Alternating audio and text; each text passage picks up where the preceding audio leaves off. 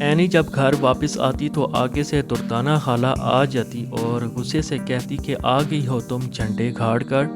Any نے کہا کہ کیا مطلب؟ دردانہ خالہ نے کہا کہ عفان کدھر ہے؟ اینی نے جواب دیا کہ آپ سے میں نے کتنی بار کہا ہے کہ مجھ سے عفان کے بارے میں مت پوچھا کریں۔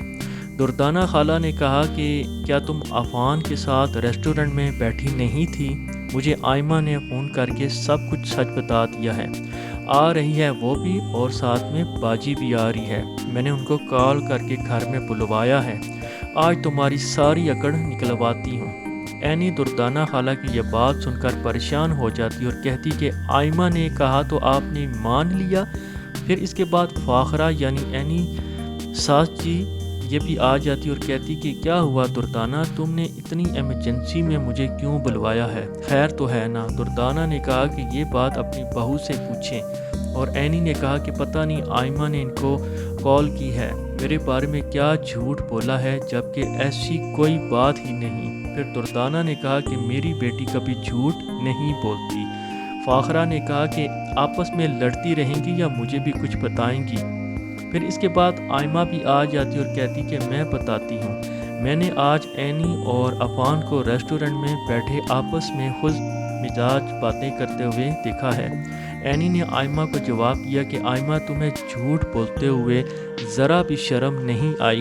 جس پر فاخرہ نے کہا کہ اینی تم تو شاپنگ کے لیے مجھے کہا تھا اور تم عفان کے ساتھ ریسٹورنٹ میں کیا کرنے گئی تھی؟ پھر دردانہ خالہ کو ایک اور موقع مل جاتا اور کہتی واہ دیکھ لیں آپ باجی، شاپنگ کا کہہ کر ایک اور جھوٹ بول رہی ہے۔ اینی نے کہا کہ میں مال پہ شاپنگ کرنے گئی تھی، وہاں پہ عفان اور سدرا مل گئے، انہوں نے مجھے زبردستی لنچ پہ بلا لیا، بس اتنی سی بات تھی، اور آئمہ اس بات کو خواہ مخواہ پتنگڑ بنا رہی ہے۔ جس پر آئمہ نے کہا کہ اچھا تو پھر یہ بتاؤ کہ تمہارے پاس شاپنگ والا سامان کدھر ہے؟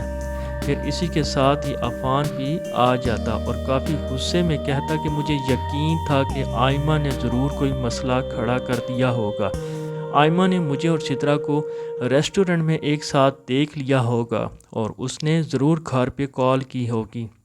اسی کے ساتھ ہی اینی بھابھی کو شاپنگ والا سامان دیتا اور کہتا کہ بھابھی یہ سامان آپ جلدی میں ریسٹورنٹ ہی میں بھول آئی تھی۔ اس کے بعد آئمہ اور دردانہ اپنی چالاکی کامیاب نہ ہونے کی وجہ سے شرمندہ ہو جاتی ہیں۔